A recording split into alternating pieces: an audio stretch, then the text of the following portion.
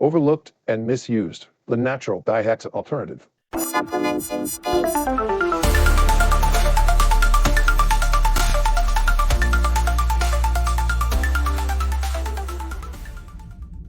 Look, PEDs are dangerous, and the less proven, the more the potential danger. Dihexa is fairly new and unknown. Dihexa is an HGF mimetic. HGF overexpression absolutely can lead to rapid development of existing cancer cells. Yet, it also is a valuable part of our own biological processes for cell proliferation, i.e. growth, and healing, including muscle tissue. It actually plays a very valuable role in muscle stem cell proliferation. So, what to do? One approach would be to wait and see. To be frank, this is what I've done with substances like cardarine. Some studies show that cardarine has very valid cancer-causing potential. Others show that it actually reduces the activity of some cancers. So, now that it's been out on the black market for over 20 years now, what are the real-world results? I, and others that have been watching, haven't heard of one single case of cancer caused by cardarine. I've heard multiple instances of DNP causing fatal overheating, of bodybuilders developing heart issues and dying too young. I've heard of many that just so happened to keel over right after taking certain viral precautions. We definitely have deaths from fitness substances, just not a single obvious one from anything to do with cardarine, as far as I can gather. And this is a take I've heard from others with access to larger data pools. So, I've taken it off my blacklist. But Dihexa is new, at least in my community. So what should we do? If you're cautious, it's okay to wait and see. But if you're a goofball like me, they'll probably push you a bit. There is a middle ground and a possible all-natural alternative that I'm going to get into in just a moment. Before that, for any thinking of toying with it, let me give you this quick breakdown of reasonable best use. In my experience with Dihexa over the last couple of months, I found I need far less than I initially thought. Even after cutting my dose in half and the frequency to every 3 days, I think this was still too much. I was looking to get about 10 milligrams in my system. But I believe my formula was a bit more potent than I first thought, and I ended up with around 15 or a little bit more. And with a 10-day half-life, it sticks around for a bit and builds up with overlapping doses. This overlap is the cause of my real concern for anybody toying with it. It's not necessarily that first 20 milligram dose that's the main issue. It's the total of 10 times that amount in your system as doses overlap day after day. Can you see why this might be a problem with a peptide that can activate cancerous cells? I cut my experimental dose to 1/4 of my original and began to take it only every 3 days, and that was still too much. I could feel it was more than I needed, at least mentally, so I'm still looking for the floor in regards to dosing. Rest assured, if I decide to continue to experiment with it personally, it will be with absolutely tiny doses and infrequently compared to my initial attempts. Likely 1/8 or 1/10 of my original plan. My best advice is wait and see, get more info over time, but if you, like me, have no risk meter and are going to do it one way or the other, there's my first caution. You'll likely need far less than you think you do. And briefly, I want to touch on its withdrawal effect. Namely, it has one, and I haven't heard anyone else talk about it.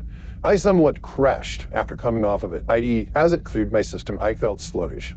And given its mental and physical effects, this makes sense. I don't have isotherapy, epicatechin, NAD, or even oxytocin. None of these, no matter what the dose I've personally taken or injected, has left me with withdrawal symptoms after coming off. But with Dihexa, it's obvious, at least to me. As I stated before, I may be more sensitive to certain nootropic effects/fluctuations than some, and perhaps not as sensitive as others. So there's my second caution. Now, the withdrawal is tolerable, but it also is there, so just a heads up. Now that's out of the way, what's this natural alternative? Must be some pie-in-the-sky fluff that sounds good but doesn't actually work on paper. You might be thinking, and you'd be right, sort of. When I tell you what it is, the old-timers are going to roll their eyes and say, oh, bruh, this stuff was hyped 25 years ago and didn't do squat. But the problem with many supplements is what's called gilding the lily. A study comes out touting benefits in a lab where on animals and companies rush to put something out for cheap. Never mind that the studies use an entirely different form of the substance, or that the delivery method in the study was direct injection versus oral delivery. Get the picture? So, without further ado, pyruvate. Just like many other hype trains, the study on pyruvate used sodium pyruvate, while almost all supplements to this day use the much easier to source but less effective calcium pyruvate. What's the difference? Water solubility. Sodium pyruvate is reasonably soluble. Calcium, not so much. But so what? What does this have to do with digestion and usability? Well, if it won't solve in water, it won't do well in their stomach. Ecdysterone and other sterones have this same issue. Hence, the reason I call them ecdy and HPBCB, add permeation enhancers, etc., for max absorption. And I've never heard of anyone putting that much work into making pyruvate the more viable product. Consequently, 99.99% of pyruvate on the market is practically useless. So, that ecdysterone, it's lost much of its hype. Think of it like selling Ferrari kit cars as real Ferraris. If that was allowed to go on unchecked, that would ruin Ferrari's brand. Unfortunately, it's a lot easier to tell a fake Ferrari from a real one than tell a quality supplement from a flashy label with nothing good in the bottle. The supplement industry has been posting off those early studies of pyruvate and selling knockoff crap for over 20 years, hence why everyone has counted it out. You may think, oh, okay, so this cocky bastard thinks he can solve the potency issues. So what? How is this like Dihexa? Okay, just as Dihexa works for our purposes by waking up sleeping stem cells and telling them to start growing, there's also a natural pathway that leads to the same goal and is absolutely safe and effective over the long haul. This is the AMPK1 alpha 1 / LDH axis. Quick definition: AMP activated protein kinase AMPK, the master metabolic regulator of the cells, controls muscle stem cells and their self-renewal. Thanks to Mr. N for this entire rabbit trail. Wonderful contribution. Thank you very much. The other side of the axis is LDH, lactate dehydrogenase. This is an enzyme that has been identified as a key factor in whether the stem cell grows or goes back to sleep, i.e. proliferation or quote-unquote self-renewal. Self-renewal just means it's sending it back into hibernation to wait to be activated. The higher the LDH, the more signal to go into hibernation. The lower the LDH, the more AMPK-A1 can do its hang and start the myogenic / new muscle growing process. So, to get our stem cells to grow, we can A, increase levels of AMPK, or 2, find a way to lower LDH. So take a quick look around for some AMPK alpha 1, and likely what you'll find are scientific standard antibodies for testing purposes. In other words, the real stuff is unobtainium at this point. Is there even a form you could purchase it in? I haven't found it. But lowering LDH, on the other hand, think of it like a teeter totter. We can either raise one or push down with the other. It does the same thing. Ooh, we've got options for this. Type this into Google. What substances lower lactate dehydrogenase? As you can see, there are many options, some of which we may already be taking some advantage of. Certain vitamins, aspects of EGCG, such as epicabtrin. But the one that jumped out to me that seemed particularly pertinent to our goals is pyruvate. Pyruvate binds directly to LDH, causing it to not be able to send the cells back into hibernation. That allows the AMPK to do its thing and send it into the growth stage. Essentially, it frees up the AMPK. Quote, the substrate inhibition LDH by pyruvate involves the pyruvate binding to a site on the enzyme, disrupting its normal function and reducing the conversion of pyruvate to lactate. This inhibition is relevant in various contexts, including cancer cell metabolism, where elevated LDH activity and lactate production are common. So, not only does it help us in our goals to bring muscle stem cells into myogenic activity, but it also inhibits cancerous activity, the exact opposite of the problem with Dihexa. So, holy cow, talk about a win-win, right? At least in theory. But here's where the issues start. Even with ingesting 25 grams of pyruvate, and I think this was calcium pyruvate, not sodium, though some searches bring back that information incorrectly, you have to go to the study. No significant levels of pyruvate increases per phenol in blood. So taking straight pyruvate off the shelves, likely calcium pyruvate, is not going to do anything unless you just want a bunch of gas and no results. Party. Now, I want to jump in here at this point and make this clear. There are many natural options for reducing LDH. I'm exploring the topic of pyruvate here to clear its aim and see what potential it may have for myogenesis, especially as it has so many other health-promoting benefits. So, if you want to look into EGCG, creatine pyruvate, ursolic acid, quercetin, camphorol, apigenin, et al., it goes on. And these should absolutely be looked into. And they and many others are on my list.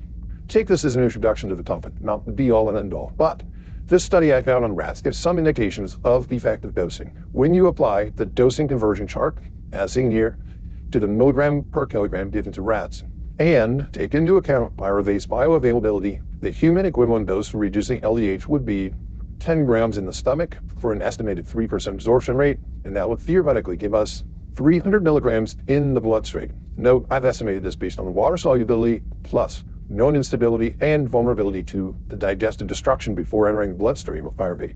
In other words, an educated guess, to be frank.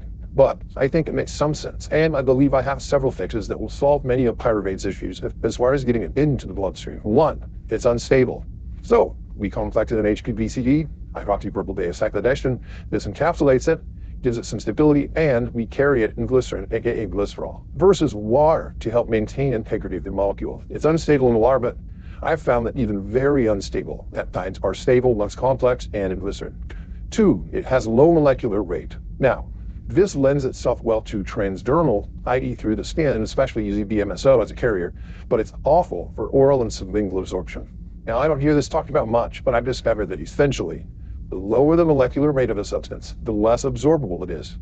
By complexing it with HPBCD, we go from a molar mass of 110 to over 1200. That'll do nicely. It's the same with ecdystrone. Three, it doesn't want to absorb. So we have permeation enhancers, sodium caprate and bitrate. These open up the sublingual under the tongue, buccal between the gum and cheek, and gastrointestinal layers just enough to allow more of the substance to get through and into the bloodstream. That's why I hear so much about supplement powders that include black pepper extract, sludge, piperine, same thing. It's essentially doubling the absorbability when you use it like that. And that's just the start. Sodium caprate is even more powerful. Having both in the mix with ample amounts will likely raise absorption by several fold, similar as it does with other substances. Altogether, a formula as outlined above should yield 30% sublingually and 10% from what is swallowed orally. So, if you took such a pimp out pyruvate, you could reasonably spend 33% or even more, depending on your individual sensitivity. This is a night and day difference from just chugging down 25 grams mixed in water in any of the Hershey squirts. Theoretically, prepared properly, as little as 1 gram per day could do the job. And there's very little risk of stomach upset with a total amount as small as that. So that's my take on pyruvate. I'll be experimenting with it at various times over my next 2-month growth phase, as well as looking into some of the other options mentioned earlier.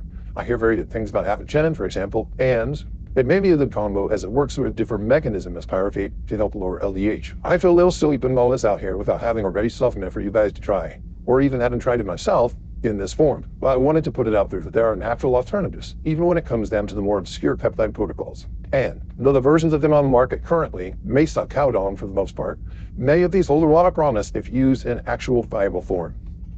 If it's not viable, why mess with it? If all goes well, I'll be adding sodium pyruvate to sublingual magnesium. Until next time, stay curious, and I'll see you on the next one.